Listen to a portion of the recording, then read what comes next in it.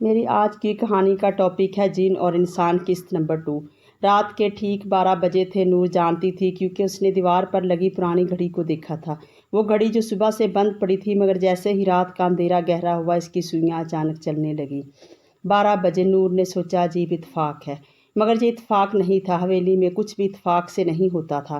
وہ اپنے کمرے میں بیٹھی کتاب پڑھنے کی کوشش کر رہی تھی، یونیورسٹی کا کورس ورک جو کل جمع کروانا تھا، مگر الفاظ صفحے پر ٹھہرتے نہیں تھے۔ آنکھیں پڑتی تھی، دماغ کہیں اور بھٹکتا رہتا تھا، اس کالے پتھر کی طرف جو پیپل کی جڑوں کے پاس تھا، اس سائے کی طرف جو کل رات باغیچے میں کھڑا تھا، اور اس آواز کی طرف جو اسے آج بھی کانوں میں سنائی دیتی تھی، ڈرو مت، میں تمہیں نقصان نہیں پہنچاؤں گا۔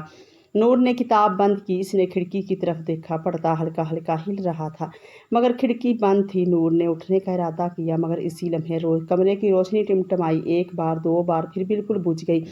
اندھیرا، مکمل، بھاری سانس روکنے والا اندھیرا۔ نور نے ہاتھ بڑھا کر موبائل ڈھونڈا، سائڈ ٹیبل پر تھا۔ اسکرین آن کی، مگر موبائل کی روشنی بھی اس اندھیرے کو چیر نہیں پائی، جیسے روشنی صرف 1 فٹ تک جاتی اور پھر اندھیرا اسے نگل لیتا ہو۔ امی، نور نے آواز دی۔ کوئی جواب نہیں۔ ابو، خاموشی، مگر خاموشی بھی کسی آواز جیسی تھی، گہری، زندہ، سانس لیتی ہوئی خاموشی۔ نور اٹھی، دروازے کی طرف بڑھی، ہاتھ ڈور نوب پر رکھا، اور اس لمحے محسوس کیا ٹھنڈک، وہی ٹھنڈک جو پہلی رات آئی تھی، مگر اس بار زیادہ شدید، زیادہ قریب، جیسے کسی نے برف کی چادر اوڑھ کر اس کے پیچھے کھڑا ہو جائے۔ نور نے پلٹ کر نہیں دیکھا، خود کو روکے رکھا۔ اگر میں نے دیکھا تو وہ سچ ہو جائے گا جو میں محسوس کر رہی ہوں۔ 1 لمحہ گزرا، 2 لمحے، پھر ٹھنڈک کم ہوئی اور کمرے میں روشنی واپس آ گئی، اتنی اچانک کہ نور کی آنکھیں چندھیا گئیں۔ نور نے پلٹ کر دیکھا، کمرہ خالی تھا۔ صبح اس نے باورچی خانے میں امی سے پوچھا، رات بجلی گئی تھی؟ امی نے چائے ڈالتے ہوئے سر اٹھایا، نہیں تو، رات بھر آتی رہی۔ نور نے کچھ نہیں کہا۔ وہ ناشتہ کرتی رہی، مگر اس کا ذہن حویلی کی اوپری منزل پر تھا، اس گلیارے میں جہاں پرانی پینٹنگ لگی ہوئی تھی۔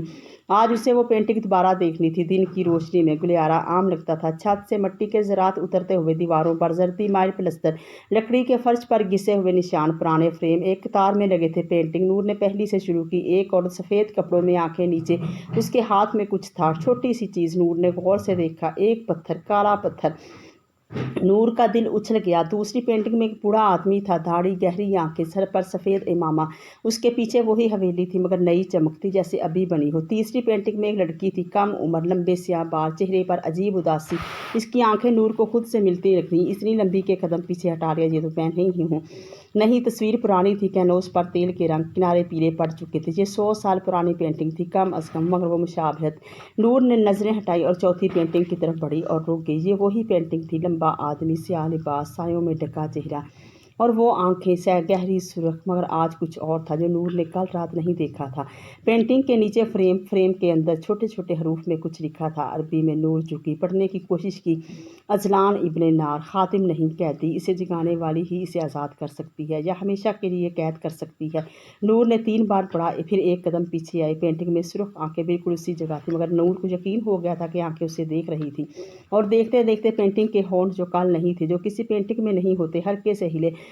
نور چیختے چیختے رک گئی، کیونکہ اسی لمحے نیچے سے امی کی آواز آئی، نور اسکول چھوڑنے آئے ہیں زین کے دوست، دروازہ کھولو۔ نور نے پلٹا، تیز قدموں سے چلنے لگی، مگر پیچھے سے بالکل آہستہ، اتنی آہستہ کہ شاید وہم تھا۔ ایک آواز آئی، جاؤ مت۔ وہ رات بھی نہیں سوئی، بستر میں لیٹی رہی، آنکھیں کھلی، چھت کو دیکھتی رہی۔ گھڑی کی سوئیاں 11 سے 12 کی طرف بڑھ رہی تھی۔ نور کو معلوم تھا کہ کچھ ہوگا، وہ نہیں جانتی تھی کیا، مگر جانتی تھی کہ ہوگا ضرور۔ 11:45۔ کھڑکی کے باہر پیلی کے پتے ہلے بے ہوا کے۔ 11:50۔ باغیچے سے وہی خوشبو آئی، پھول جیسی نہیں، دھویں جیسی نہیں، کچھ اور۔ نور پہلے نہیں سونگھ سکی تھی، جیسے اس کی روح پہچانتی تھی۔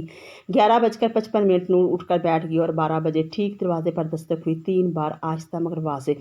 نور نے سوچا، امی، ابو، مگر یہ وقت کیوں؟ اس نے آواز دی، کون ہے؟ جواب نہیں آیا۔ پھر دستک 3 بار۔ نور اٹھی، دروازے تک آئی، ہاتھ نوک پر رکھا، ایک لمحہ رکی۔ اگر یہ وہ ہے تو کیا میں کھولوں؟ دل کہتا تھا نہیں، عقل کہتی تھی نہیں، مگر کوئی تیسری چیز جو دل سے کہہ رہی تھی، جو عقل سے پرانی تھی، کہتی تھی ہاں۔ نور نے دروازہ کھولا، گلیارے میں کوئی نہیں تھا۔ نور نے باہر جھانکا، دائیں بائیں خالی۔ وہ واپس مڑنے لگی، اور اسی لمحے اس کی نظر گلیارے کے آخر میں پڑی، جہاں اندھیرا سب سے گہرا تھا۔ وہاں کوئی تھا، کھڑا تھا، بالکل ساکت۔ نور کو پہلے صرف شکل نظر آئی، لمبی، باریک، مگر مضبوط۔ پھر جیسے جیسے اندھیرا پتلا ہوا، یا شاید جیسے جیسے وجود خود آگے آیا، تفصیلات سامنے آنے لگیں۔ قد 6 فٹ سے زیادہ، لباس سیاہ، مگر عجیب کپڑے، جیسے عام کپڑے نہیں، کوئی اور مادہ ہو، بال گھنے کندھوں تک، اور چہرہ۔ نور نے سانس اندر کھینچا، وہ خواب والا چہرہ تھا، بالکل وہی، تیکھے نقش، اونچی پیشانی،